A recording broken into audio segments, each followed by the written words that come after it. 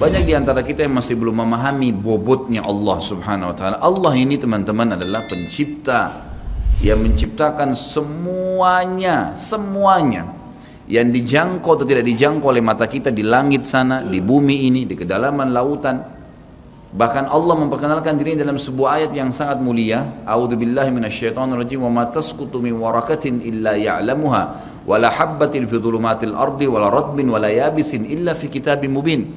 Tidak ada selembar daun yang jatuh dari sebuah pohon kecuali dia tahu, Allah tahu dari pohon mana, berapa kali dia tersentak, kemudian dia jatuh di sisi mana di tanah. Allah semua sudah tahu kapan dia jatuh, kapan daun itu tumbuh, dan tidak ada biji yang basah ataupun kering di dalam bumi kecuali Allah sudah catat semuanya di Lauhil Mahfuz. Allah itu latif, lembut dan mengetahui segala sesuatunya. Basir, ya, atas melihat semua segala satunya. Allah Maha Kuasa. Makanya tingkat tertinggi dalam iman, dalam agama kita adalah setelah Islam, kalau dia cuma kerjakan rukun Islam saja namanya Muslim. Tapi kalau dia gabung dengan rukun iman yang 6, sudah mengerjakan sholat, zakat, puasa Ramadan, haji, kemudian diikuti dengan ke-6 rukun iman, yakin Allah perintahkan, yakin malaikat sedang menyaksikan dan mencatatnya, yakin ini diturunkan dalam kitab Al-Quran, yakin ini diperintahkan pada Rasul Nabi Muhammad SAW, yakin dia akan terima balasannya pada hari kiamat, maka dia ikuti dengan rukun iman, dan ini takdir baik takdir buruk ada dicatatkan oleh Allah SWT, maka namanya mukmin. Tapi tingkat lebih tinggi lagi daripada itu, penggabungan antara rukun Islam, rukun iman, dan ada adab mengenal Allah, namanya ihsan. Ihsan itu apa kata Nabi SAW? An ta'budallaha ka'annaka tarah, fa in lam takun tarah fa innahu yarak. Engkau menyembah Allah seakan-akan engkau melihatnya, dan kalau kau tidak melihatnya, yakinlah dia sedang melihatmu. Selalu merasa dikontrol oleh Allah Subhanahu wa taala. Kalau ada di antara Bapak Ibu yang bertanya pada saya, Ustaz, saya sudah coba khusyuk tapi tidak bisa, masih terasa kayak ada hambatan-hambatan, apa kira-kira sebabnya? Jawabannya cuma satu, Bapak Ibu masih memiliki dosa yang menghambat itu. Selama dosa masih ada, yakinlah tidak akan pernah bisa khusyuk, nggak bisa. Makin banyak dosa itu, makin berlipat-lipat, makin diulang-ulang setiap hari, maka makin jauh dari Allah Subhanahu wa taala. Seperti orang yang tenggelam ke dalam lautan, belum keluar ke dasarnya, dia kemudian menelan lebih banyak air, maka makin tenggelam dan bisa meninggal dunia. Seperti itulah orang yang berbuat dosa. Maka berbanyak istighfar, seminggu, 2 minggu, sebulan. Sampai Abdullah bin Umar mengatakan radhiyallahu anhuma, ini sahabat Nabi ya, dikenal dengan sahibut ta'assi, orang yang sangat luar biasa dalam mengerjakan sunnah Nabi SAW. Hal yang kecil aja dikerjain sama dia.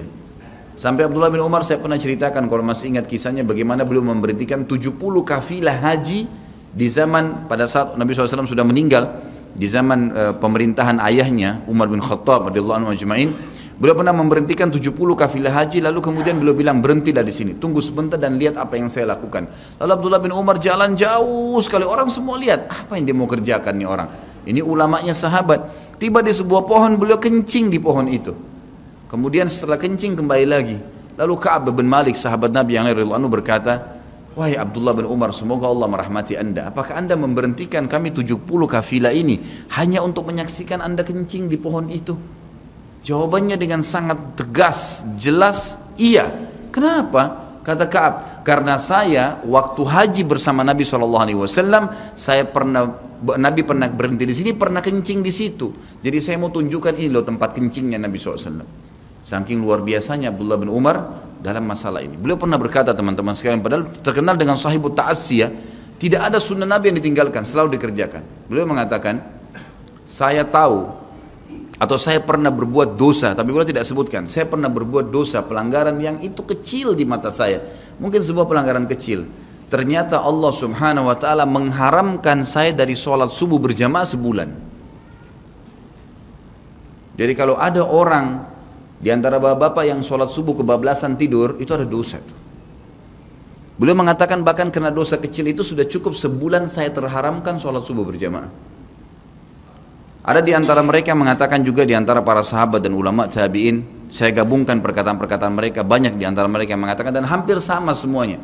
Mereka mengatakan, kami tahu ya, atau saya mengetahui perubahan, ada dosa yang saya lakukan pada saat terjadi perubahan pada pasangan saya. Suaminya kah marah-marah, istrinya kah buat ulah, anaknya kah buat ulah, itu berarti permasalahan ada dalam diri dia.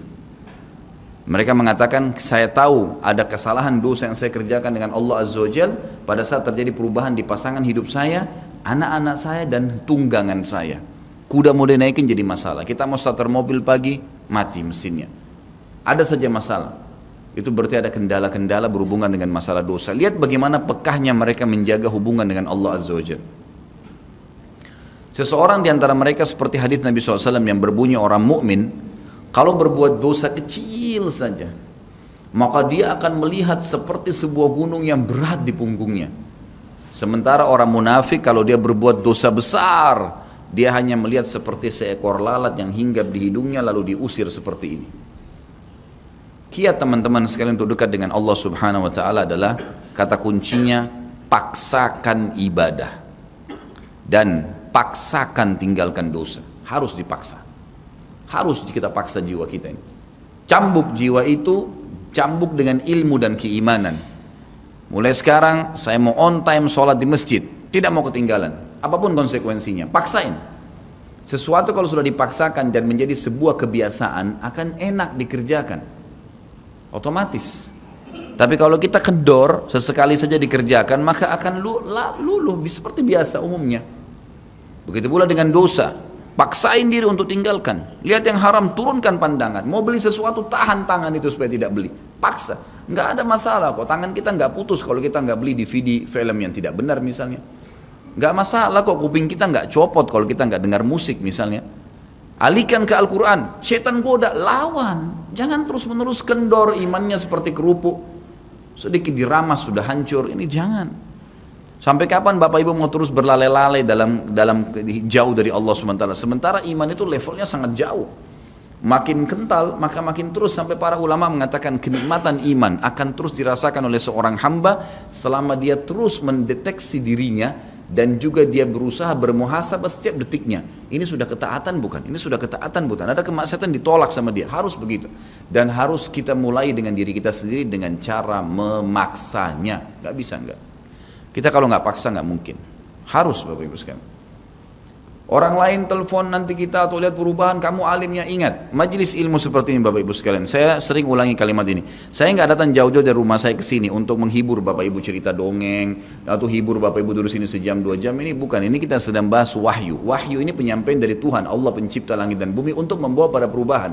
Kalau Anda hadir di majelis ilmu dan Anda pulang setelahnya terasa, ya kenapa ya saya kayak merasa ada beban nih, kayak saya merasa bersalah, kadang-kadang kita menangis.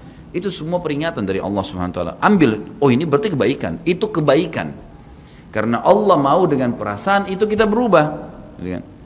Ada perasaan untuk berbuat dosa jadi takut karena sudah ada di pengajian, itu tanda keimanan. Termotivasi untuk mengerjakan ibadah, hadir lagi di majelis, iya. Begitu teman-teman lihat, kamu alim ya sekarang, iya alhamdulillah, saya sangat bersyukur sama Allah. Jangan malu ucapin itu.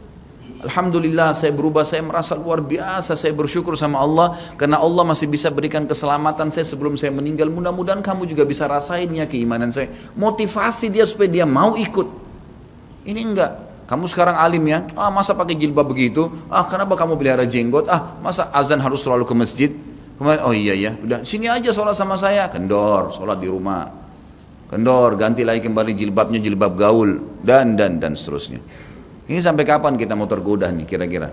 Waktu terus berjalan. Ingat, setiap peluang ibadah, Bapak Ibu sekalian ingat, Allah peringatkan Anda dan saya seperti cuma ini, penyampaian. Dan kita yang mengubah diri kita. Tidak mungkin saya mengontrol Anda satu-satu di rumah Anda, atau tidak mungkin Allah Subhanahu wa ta'ala menurunkan tangan dari langit. Tetapi Allah Subhanahu wa ta'ala memberikan kepada kita penyampaian dan berikan hati nurani untuk bisa menyentuh hati nurani kita agar kita melakukan, ya, mengerjakannya. Harusnya begitu. Jangan pernah malu untuk berubah menjadi orang lebih baik. Yang malu itu kalau kita menjadi orang lebih buruk. Ingat, peluang-peluang ibadah yang Anda sudah sia-siakan, wallahi Bapak Ibu sekalian, demi Allah Anda akan sesali nanti. Di hari kiamat nyesal, ya Allah, kenapa dulu saya nggak puasa Senin itu ya? Nyesal, ya Allah, kenapa dulu saya nggak sholat tahiyat masjid ya? Saya malah duduk di depan masjid cuma ngobrol-ngobrol. Ya Allah, kenapa dulu saya nggak maksimal bacanya cuma surah pendek ya? Kenapa nggak surah panjang ya? Ini ibadah saja bisa kita sesalin, apalagi kalau dosa, malah lebih parah itu. Menyesalnya luar biasa, tapi nggak ada gunanya. Peluang-peluang ibadah yang Anda sudah sia-siakan tidak akan pernah bisa diperbaiki. Nggak bisa. Ini tadi kalau ada orang tidak ikut sholat sama kita berjamaah maghrib misalnya, kemudian mereka ikut di pengajian lalu merasa tersentuh, coba ya saya ikut dari awal ya. Memang betul, penyesalan bagus, tapi sudah dicatat dan tidak akan pernah berubah di buku amal. Pada hari itu, jam itu, sholat itu telat, pahalanya beda dengan orang yang awal waktu. Apa yang membuat dia telat? Ya dia sendiri, konsekuensinya. Jangan gitu. Makanya motivasi Nabi SAW sangat banyak untuk mengerjakan sholat di awal waktunya, motivasi untuk di saf pertama, motivasi untuk tidak ketinggalan takbiratul ihram pertama imam. Semuanya itu untuk menjaga hubungan dengan Allah Azza wa Jalla. Jadi untuk dekat dengan Allah harus memaksakan diri dalam ibadah dan harus memaksakan diri untuk meninggalkan dosa. Bagaimana tangganya untuk sampai ke sana? Ilmu, majlis ilmu.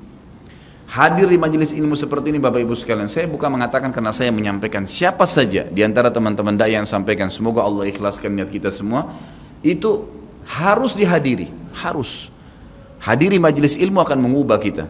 Kalau tidak, dengar, bawa Walkman, bawa headset, bisa dengar di HP kita. Sekarang bisa daripada kita nonton, orang banyak habisin pulsanya hanya nonton YouTube hal-hal yang tidak ada manfaatnya. Nonton ceramah tuh, dengarin. Sambil belanja, sambil macet di jalan, pasang headset di kuping, kemudian kita dengarin ceramah-ceramah itu. Tambah ilmu dengan ilmu, tidak ada kata cukup.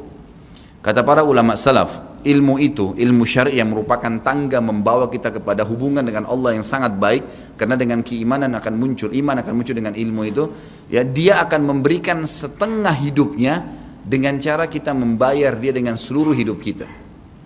Nggak bisa. Seminggu sekali itu nggak cukup. Apalagi ada orang sebulan sekali, apalagi ada orang cuman kalau lagi ada waktu lowong, ini nggak bisa. Kita sibuk Bapak Ibu sekalian memberikan makan tubuh kita, makan makanan, minum macam-macam variasi, betul untuk fisiknya sehat, tapi ruhnya kurus, kerempeng, sakit, itu luar biasa. Tapi kalau kita balik, fisik kita yang biasa cukup kenyang sudah, tapi ruh kita berikan kesehatan yang luar biasa. Orang kalau ruhnya yang sehat Bapak Ibu sekalian, semuanya jadi kecil buat dia. Julaibib radhiyallahu anhu sahabat Nabi itu, saking kecilnya badannya itu sampai diangkat oleh Nabi SAW dengan satu telapak tangan karena kecilnya badannya. Tapi di perang ya Uhud dia bisa membunuh 7 orang kafir. Tidak ada hubungannya dengan kecil badannya, tapi ruhnya kuat, besar.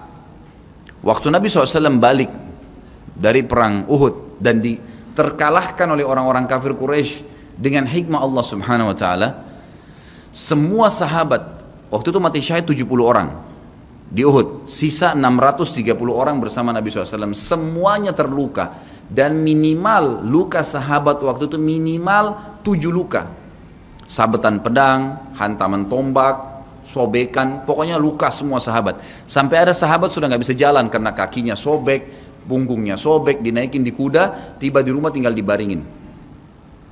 Lihat bagaimana para sahabat mengetahui bagaimana hubungannya dengan Allah Subhanahu wa taala dengan ilmu yang sudah tertanam yang Nabi SAW tanamkan dalam hati mereka, bisa mengubah segala sesuatu. Subhanallah, tiba pulang menjelang maghrib ke kota Madinah, istirahatlah para sahabat ini, mereka lagi obatin obat luka mereka. Nabi SAW dapat wahyu menyuruh Nabi SAW dan para sahabat keluar mengejar Quraisy. Quraisy ini jumlahnya waktu itu ya 1.000 orang, 3.000 orang pasukan Quraisy, yang terbunuh cuma sekian belas saja mereka. Dan mereka sudah merasa bangga dan pulang ke kota Madinah, pulang meninggalkan Madinah, karena Uhud itu dekat Madinah. Kemudian mereka bangga dengan itu. Keesokan paginya habis sholat subuh kata Nabi SAW, wahai sahabat-sahabatku, Allah Azza wa Jalla memerintahkan kita untuk mengejar Quraisy. Maka pulanglah masing-masing kalian di suku kalian, lalu motivasi siapapun yang ikut kemarin di Uhud, semua, mau sakit, mau enggak, mau luka, mau enggak, tapi ini luka semua nih, minimal punya 7 luka ya. Kita kadang-kadang mungkin kuku kita kecabut aja sudah susah ke masjid, ini sabetan pedang, sobek, rusak semua tubuh mereka. Dikatakan dalam riwayat sampai para sahabat ada yang tidak bisa ngomong karena sudah kesakitan yang luar biasa. Kata Nabi SAW, semua yang ikut di Uhud kemarin keluar lagi. 630 orang semua harus keluar. Bagaimana caranya? Pokoknya ngumpul keluar, perintah Allah. Coba bayangin, kita kadang-kadang habis olahraga saja capek, diajak keluar sama istri atau diajak keluar sama suami, kita sudah nggak mau keluar. Capek biasa olahraga. Atau mungkin penat, capek duduk di kantor mau istirahat. Ini habis perang, badannya disabet-sabet, diajak berperang lagi nih. Apa yang terjadi teman-teman sekalian? Pulanglah pimpinan-pimpinan suku sahabat ini, dimulai dengan Sa'ad bin Mu'adz radhiyallahu anhu, sahabat Nabi yang mulia. Luar biasa ini. Orang ini pada saat meninggal, kata Nabi SAW, goncang arsy-Nya Allah dengan meninggalnya Sa'ad. Saat pulang ke kaumnya lalu berkata, wahai kaumku, sesungguhnya Nabi SAW menyuruh kalian untuk kembali menyerang Quraisy. Pada saat itu mereka lagi kumpul saling ngobatin luka, dan di depan mereka yang saling ngobatin luka itu adalah Usaid bin Khudair, sahabat Nabi yang mulia. Ini sahabat Nabi yang satu dari Aus ini, kalau membaca Al-Quran malaikat turun dari langit dengarin bacaannya. Luar biasa. Lagi ngobatin lukanya sambil dia berkata, waktu dikatakan Nabi SAW menyuruh kalian mengejar Quraisy, kata Usaid bin Khudair lagi ngobatin lukanya, sami'na wa ata'na, kami dengar dan kami patuh, ditinggalin lukanya. Lalu seluruh suku itu saling nopang satu sama yang lain, mendatangi masjid Nabi SAW untuk ikut berperang lagi. Nggak ada satupun yang tinggal.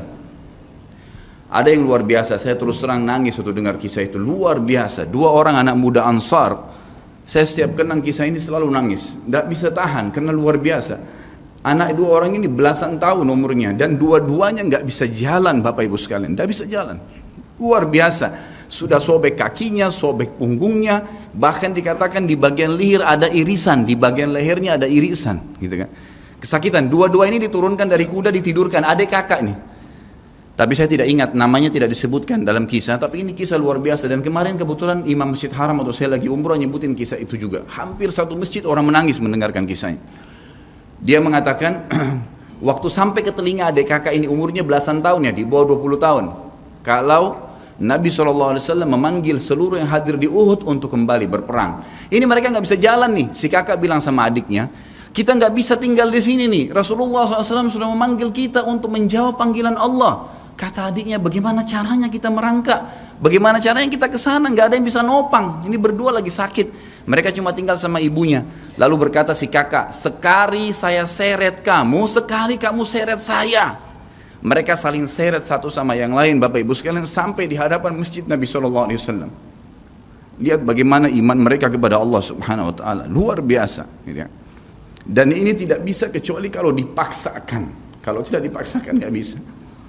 Semoga Allah Subhanahu Wa Taala jadikan kita orang yang selalu memaksakan diri untuk ibadah.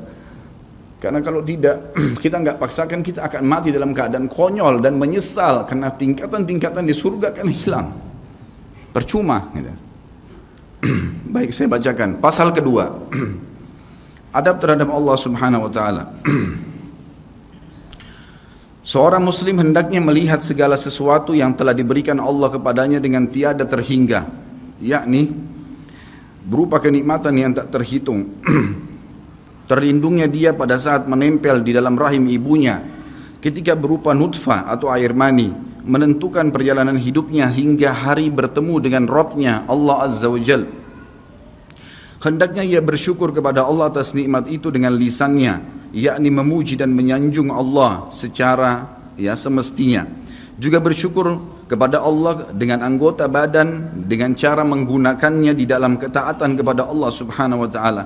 Karena mengingkari nikmat, tidak mengakui kelebihan yang diberikan Allah, mengingkarinya beserta kebaikannya, bukanlah termasuk adab kepada Allah.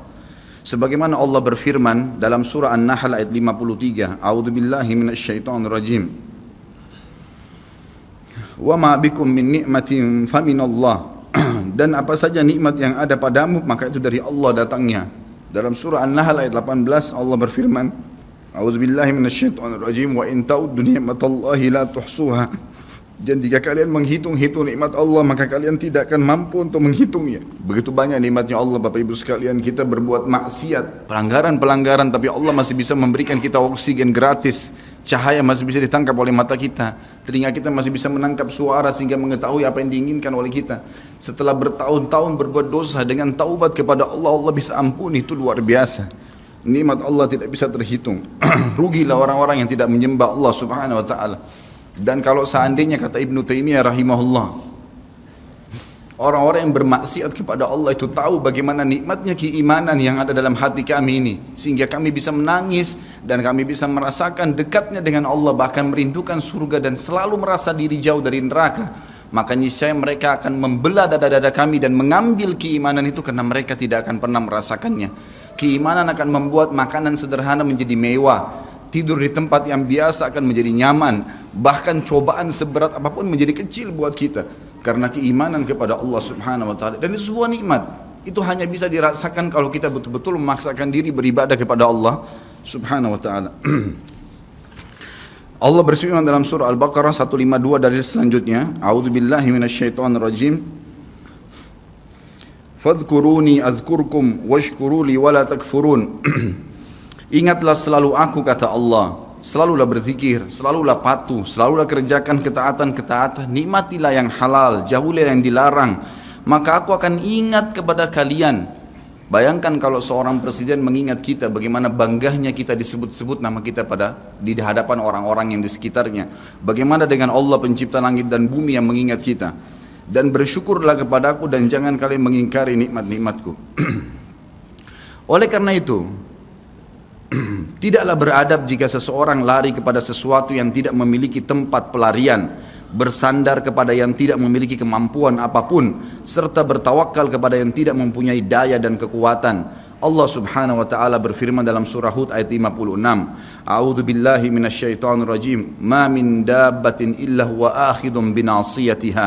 Tidak ada sesuatu atau tidak ada suatu binatang pun melainkan dialah yang memegang ubun-ubunnya. Allah Subhanahu wa taala memegang semuanya. Harimau pun yang buas. Demi Allah Bapak Ibu sekalian, kalau Anda minta kepada Allah tidak akan bisa menerkam Anda. Pasti itu. Api pun tidak membakar Nabi Ibrahim alaihissalam karena memohon kepada Tuhannya api itu. Semuanya bisa berubah dengan hubungan kepada Allah Subhanahu wa taala. Ini kekuatan yang luar biasa ini. Seseorang kan sangat tenang hidup dimanapun asal dia jaga hubungannya dengan Allah Subhanahu wa taala. Dalam surah Zariyat ayat 50 Allah Subhanahu wa taala berfirman, A'udzu billahi minasyaitonir rajim, fafirru ila Allah inni lakum minhu nadhirun mubin. Bersegeralah kalian kembali kepada Allah, taatilah Allah, sesungguhnya aku sebagai pemberi peringatan yang nyata dari Allah Subhanahu wa taala kepada kalian. Nabi SAW mengingatkan orang-orang Mekah pada saat mau turun ayat ini. Beliau mengatakan, wahai orang-orang Quraisy, apakah kalau saya mengatakan bahwasanya di luar kota Mekah ini ada pasukan yang akan menyerang kalian, kalian akan percaya apa yang saya ucapkan? Kata orang-orang Quraisy, tentu saja hai Muhammad, karena kami tidak pernah dengar kamu bohong sekalipun seumur hidupmu. Maka Nabi SAW segera menunggangi keadaan tersebut, mengatakan, wahai Quraisy, ketahuilah sesungguhnya saya utusan Allah dan di belakang saya ini ada azab yang menyedihkan, jangan sampai kalian kufur. Jadi Nabi SAW sudah mengingatkan, ikutin ini, nikmatin apa yang diperintahkan, apa yang dihalalkan, jauh yang dilarang, kalian akan bahagia. Hanya itu saja perintah dari Allah Subhanahu wa taala. Nabi SAW sudah mengingatkan orang-orang Quraisy dan juga jadi pelajaran buat kita. Juga dalam firman-Nya surah Al-Maidah ayat 23, A'udzu billahi minasyaitonir rajim wa 'alallahi fatawakkalu in kuntum mu'minin. Dan hanya kepada Allah lah kalian harus bertawakal, mengembalikan semua urusan jika kalian benar-benar orang yang beriman.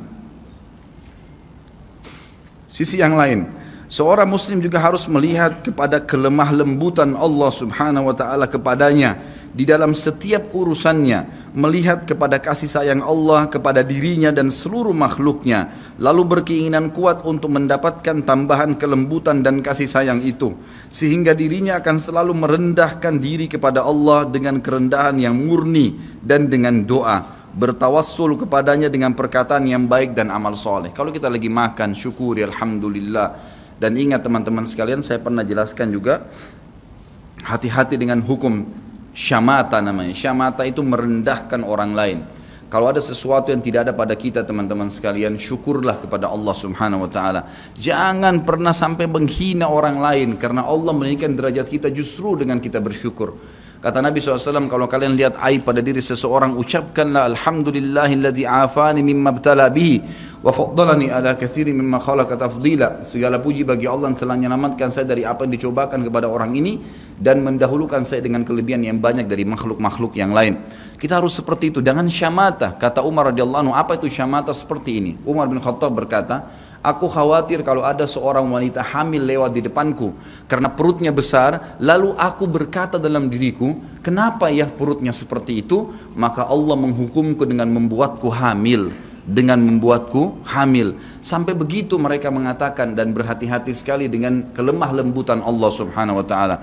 Allah lah yang telah membuat binatang yang ada binatang yang indah bulunya, yang bagus tampangnya, dan ada Allah juga ciptakan buruk di mata manusia untuk menunjukkan keajaiban dan kemahakuasaannya Allah. Ada ikan yang indah untuk dilihat, ada ikan yang seperti batu buruk. Kita cuma mengatakan subhanallah yang telah menciptakan yang baik dan buruk, subhanallah yang telah menciptakan yang sehat dan sakit, subhanallah yang telah menciptakan yang putih dan hitam, subhanallah dan subhanallah. Bukan justru kita menghina teman-teman sekalian. Kalau ada sesuatu yang menimpa orang lain yang tidak ada pada kita, syukurilah nikmat Allah subhanahu wa ta'ala, dan jangan sampai kita merendahkan orang lain. Ini semua merupakan adab, kata beliau, terhadap Allah yang menguasainya. Maka bukanlah orang yang beradab orang yang berputus asa dari mencari tambahan rahmatnya yang luas, meliputi segala sesuatu, berputus asa dari kebaikan Allah yang tak terhingga, yang mencakup seluruh alam semesta ini, serta kelembutannya yang tercurah untuk segenap makhluk. Allah subhanahu wa ta'ala berfirman di dalam A'raf 156, A'udzu billahi minasyaitonir rajim, wa rahmati wasi'at kulla syai', dan rahmatku meliputi segala sesuatu. Kata ulama tafsir, hewan pun kalau yang buas kemudian dia menerkam mangsanya, lalu dia meminta maaf kepada Allah, maka rahmatnya Allah akan meliputinya. Seseorang membunuh orang lain pun, sebagaimana masuk dalam sebuah hadis, Allah tertawa melihat dua orang yang saling membunuh, kemudian dua-duanya masuk surga. Lalu para sahabat bertanya, ya Rasulullah, bagaimana ceritanya dua orang itu? Kata Nabi SAW, yang satunya mukmin, yang satu kafir. Lalu kemudian si kafir membunuh si mukmin di kancah peperangan, mati syahidlah si mukmin tadi. Berjalan waktu, si kafir mendapatkan hidayah, akhirnya juga masuk Islam, dan dia berperang lalu dibunuh oleh orang kafir yang lain. Orang mukmin yang pertama terbunuh dengan orang kafir yang akhirnya masuk Islam juga terbunuh di kancah peperangan, dua-duanya masuk surga, dan Allah menyambutnya dengan rahmatnya. Allah tersenyum dan tertawa dengan dua orang ini. Jadi dengan kemahalembutannya Allah subhanahu wa ta'ala. Dalam surah Asy-Syura ayat 19 dikatakan juga, a'udzubillahi minasyaitonir rajim, Allahu latifun bi'ibadi. Allah itu maha lembut terhadap hamba-hambanya. Makanya dalam hadis yang lain dikatakan, ma nazala linu fi syai'in illa zana. Tidak ada sesuatu dikemasi dengan kelemah lembutan kecuali akan menghiasinya. Dikatakan Allah latif, Allah itu lembut, yuhibbul lutf, dia suka dengan kelemah lembutan, gitu kan. Wa ma nuzi'a min syai'in illa syana. Tidak ada sesuatu diangkat darinya kelemah lembutan kecuali akan merusaknya. Tidak ada manfaatnya mencak-mencak, marah-marah tuh, emosi habisin waktu-waktu, kecuali dalam pelanggaran agama saja. Tapi kalau bukan pelanggaran agama, maka jangan, tidak perlu semua. Dikatakan dalam hadis Bukhari, Nabi SAW kalau berhubungan dengan hak beliau urusan dunia, semuanya ditoleransi. Tapi kalau sudah berhubungan dengan hak Allah subhanahu wa ta'ala, barulah beliau tegas. Ya, ini sifat Nabi Muhammad SAW. Kita baca dua ayat lagi baru kita tutup. Sudah masuk waktu? Surah Yusuf ayat 87, A'udzu billahi minasyaitonir rajim, la tai'asu mir rauhillah. Janganlah kalian putus asa dari rahmat Allah. Sebagaimana hadis tentang orang yang membunuh 99 jiwa, kemudian dia datang kepada seseorang abid, orang ibadah tapi tidak punya ilmu. Apakah Allah masih akan ampuni saya? Dia mengatakan tidak mungkin. Kamu membunuh 99 jiwa. Lalu kemudian dia membunuh orang itu, kata Nabi SAW, digenapkan 100. Kemudian dia menemui seorang yang alim, lalu dia bertanya, apakah Allah masih ampuni saya dengan 100 orang yang sudah saya bunuh? Maka kata Nabi, kata orang tersebut, tentu saja. Allah rahmatnya telah meliputi segala satunya. Allah akan terima taubat, maka dia bertaubat.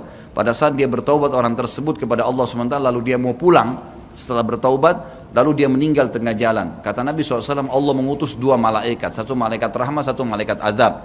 Malaikat rahmat akan membawa ruhnya yang memperlihatkan taman dari taman surga, dan malaikat azab memperlihatkan lubang dari lubang neraka. Maka datanglah malaikat yang ketiga menghakimi di antara keduanya, lalu kemudian malaikat ini mengatakan, yang datang ketiga yang menghakimi dua malaikat yang sedang memperebutkan orang yang tadi baru taubat ini, ukurlah jejak kakinya. Maka diukur, ternyata jalan menuju ke tempat taubatnya itu lebih satu jengkal kaki, ya, satu jengkal kaki saja. Maka dengan itu Allah masukkan dia ke dalam surga. 100 jiwa sudah dibunuh, teman-teman sekalian. Ini bukan main-main. Dosa yang sangat besar, tapi rahmat Allah sangat luas. Az-Zumar ayat 53 kata Allah Subhanahu wa taala juga, a'udzubillahi minasyaitonir rajim, wala taqnatu mir rahmatillah. Jangan pernah putus asa dari rahmat Allah Subhanahu wa taala. Paragraf terakhir yang saya bacakan, nanti insya Allah kita lanjutkan setelah sholat ba'diyah isya. Seorang muslim harus melihat bagaimana dahsyatnya siksaan Rabbnya. Allah SWT maha lembut, tapi jangan lupa Allah azabnya sangat pedih. Seorang muslim harus melihat bagaimana dahsyatnya siksaan Rabbnya, kerasnya azab dan kecepatan hisabnya. Kalau datang seketika, gitu kan? Dan tidak ada yang bisa bendung, sehingga dia bertakwa atau takut kepadanya, menjaga diri terhadapnya, serta meninggalkan segala kemaksiatan. Maka ini pun merupakan bentuk adab kepada Allah, sehingga tidaklah seseorang itu beradab menurut orang-orang yang berakal apabila ia menentang Allah dan berlaku aniaya atau zalim. Padahal ia seorang hamba yang lemah, namun justru menentang Rabb yang maha perkasa lagi maha kuasa, maha kuat lagi maha perkasa. Dan Allah berfirman dalam surah Ar-Ra'd ayat 11, A'udzu billahi minasyaitonir rajim, wa idza aradallahu biqaumin su'an fala maraddalah wa ma lahum min dunihi min wal. Dan apabila Allah menghendaki keburukan terhadap satu kaum, maka tidak akan pernah ada yang bisa menolaknya, dan sekali-kali tidak ada pelindung bagi mereka selain Dia. Kalau Allah sudah mau hancurkan, maka tidak akan pernah ada yang bisa membendung.